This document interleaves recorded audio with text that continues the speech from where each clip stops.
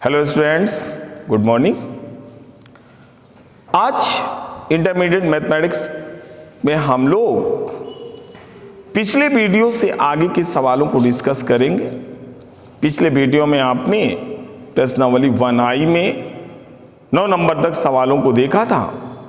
आज हम लोग 10वें सवाल से अपना डिस्कशन प्रारंभ करेंगे। तो देखिएगा, 10वें सवाल में हम लोगों से क्या कह रहा है, कह रहा सिद्ध कीजिए एक फंक्शन हमारे पास है। कह रहा सिद्ध कीजिए जब आप यक्स हमको जो दिया हुआ है ब्रैकेट यक्स, और ये कह रहा ब्रैकेट यक्स जहां यप सच दैन R2R। कर ना तो एकाकी और ना ही आच्छादक है।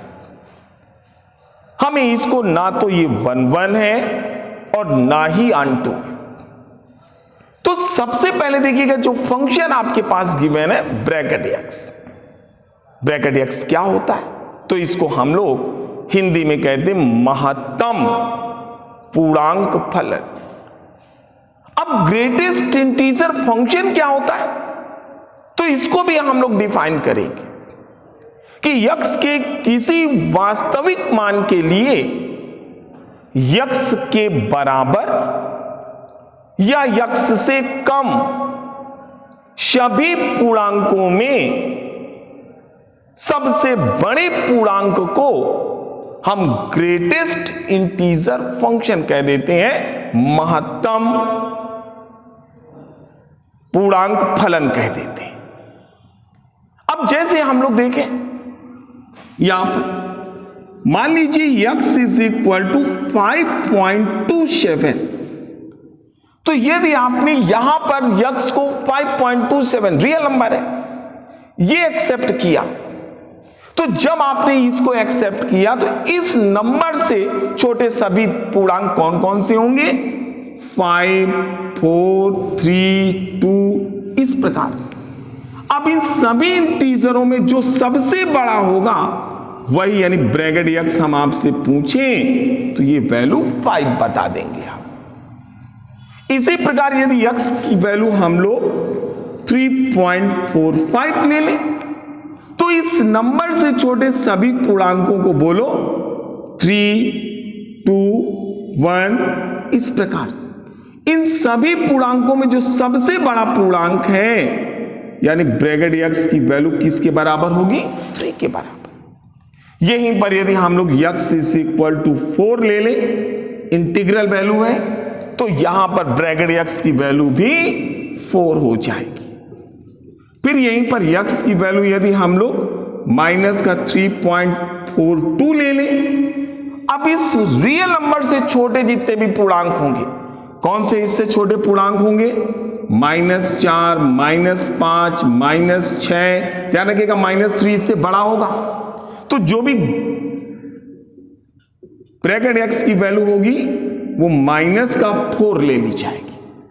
तो इस प्रकार से हम लोग देखते हैं यहां पर ग्रेटेस्ट इंटीजर फंक्शंस को, इसके बारे में भी आपने देखा है, और इसका जो ग्राफ होगा वो स्टेप फंक्शंस के रूप में रिप्रेजेंट होगा, उस पर अभी हम लोग डिस्कशन नहीं करेंगे।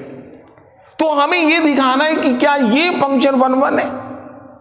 तो यहां पर एक चीज देखिएगा आप, हम लोग यहीं पर मान लीजिएगा x1 is equal to 1.72 and x2 is equal to 1.82। अब यहां से f आप x1 की वैल्यू बताओ, वैल्यू 1 आएगी। f आप x2 की वैल्यू बताइए, तो ये भी वैल्यू आपके पास 1 आ जाएगी। अब आप x1 का मतलब इसका ब्रैकेट निकालना होगा तो 1, इसका ब्रैकेट निकालेंगे तो 1। तो यहां पर आप देखते हैं कि f आप x1 is equal to f आप x2 है, परंतु x1 is not equal to x2, इसलिए लिख देंगे फलन एकाकी नहीं होगा। This function is not 1. अब इसके बाद देखिएगा, इसका यदि हम आपसे प्रांत पूछें तो प्रांत कैपिटल R, और यही इसका सह प्रांत है। यानी इसके प्रांत और क्षय प्रांत में सारे रियल नंबर्स इन्वॉल्व हैं। और सारे रियल नंबर्स आप जानते हैं, चाहे वो आपके नेचुरल नंबर्स हो, चाहे आपके इंटीजर्स हो, चाहे आपके होल नंबर्स हो, चाहे आपके रेशनल नंबर्स हो, चाहे आपके इरेशनल नंबर्स हो, ऑल नंबर्स सब रियल ही तो हैं। तो ये सारे के सारे नंबर इसके सहप्रांत में। अब यहां पर देखिए ग्रेटेस्ट इंटीजर फंक्शंस, यानी ये पूर्णांक वैल्यू आपको देगा, केवल इंटीग्रल वैल्यू आपको देगा। तो इसका जो भी हम लोग यहां पर लिखेंगे, माना f of x is equal to y, तो y is equal to bracket x हो जाएगा। अब यहां पर इसका परिसर निकालेंगे भी आप, तो परिसर में 0 plus minus 1 plus minus 2 plus minus 3, ये केवल इंटीग्रल वैल्यू। और जबकि इसके कोडोमेन में हम लोग देखते हैं ऑल रियल नंबर्स है, तो इसमें सहप्रांत और इसके परिसर आपस में बराबर नहीं है, अर्थात यहां पर हम लोग लिख देंगे सहप्रांत नॉट इक्वल टू परिसर। जब दोनों आपस में बराबर नहीं है, इसलिए जो भी फलन है वो आपका आच्छादक नहीं होगा, नहीं होगा। तो ये फलन आपके पास बहुवेग अंतरक्षेपी फंक्शन हो जाएगा, ध्यान रखिएगा आप। इसके बाद देखिएगा हमारे पास नेक्स्ट प्रॉब्लम में आपके पास दिया हुआ है, और ये एब्सोल्यूट फंक्शन दिया हुआ है।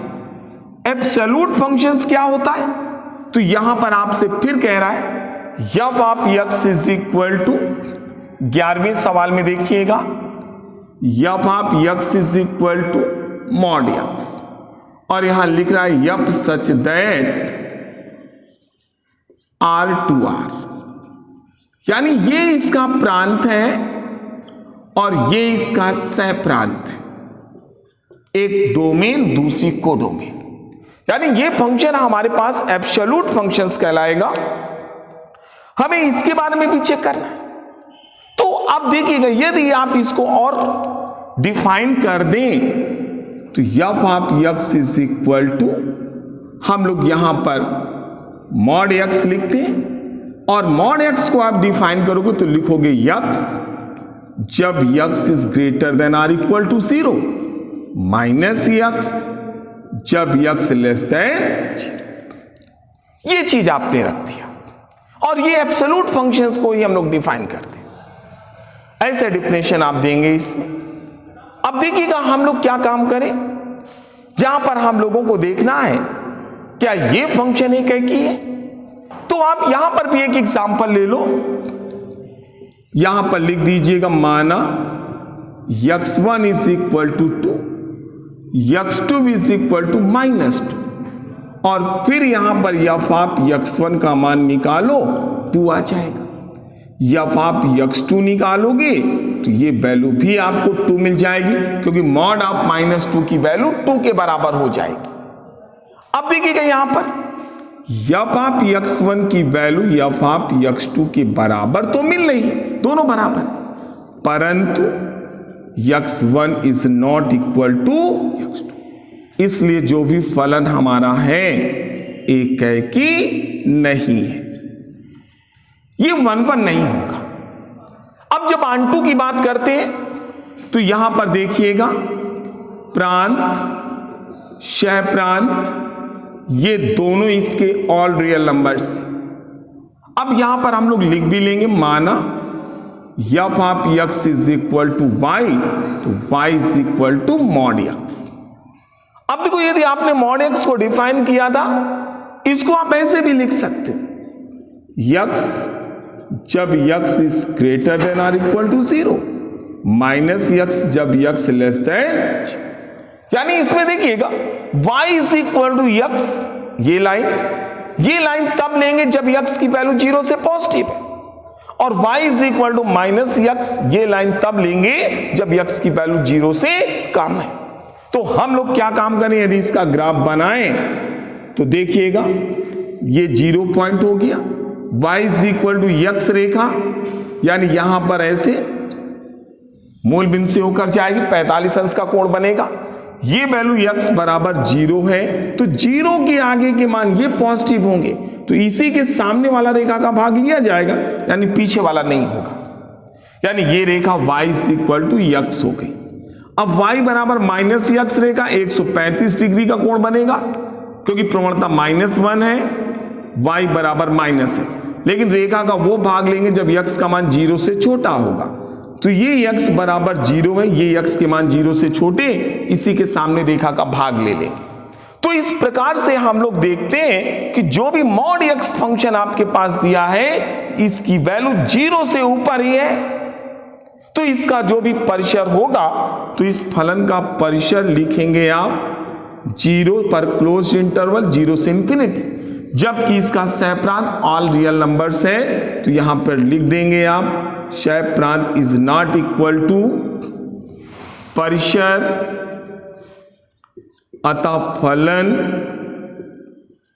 आच्छादक नहीं होगा।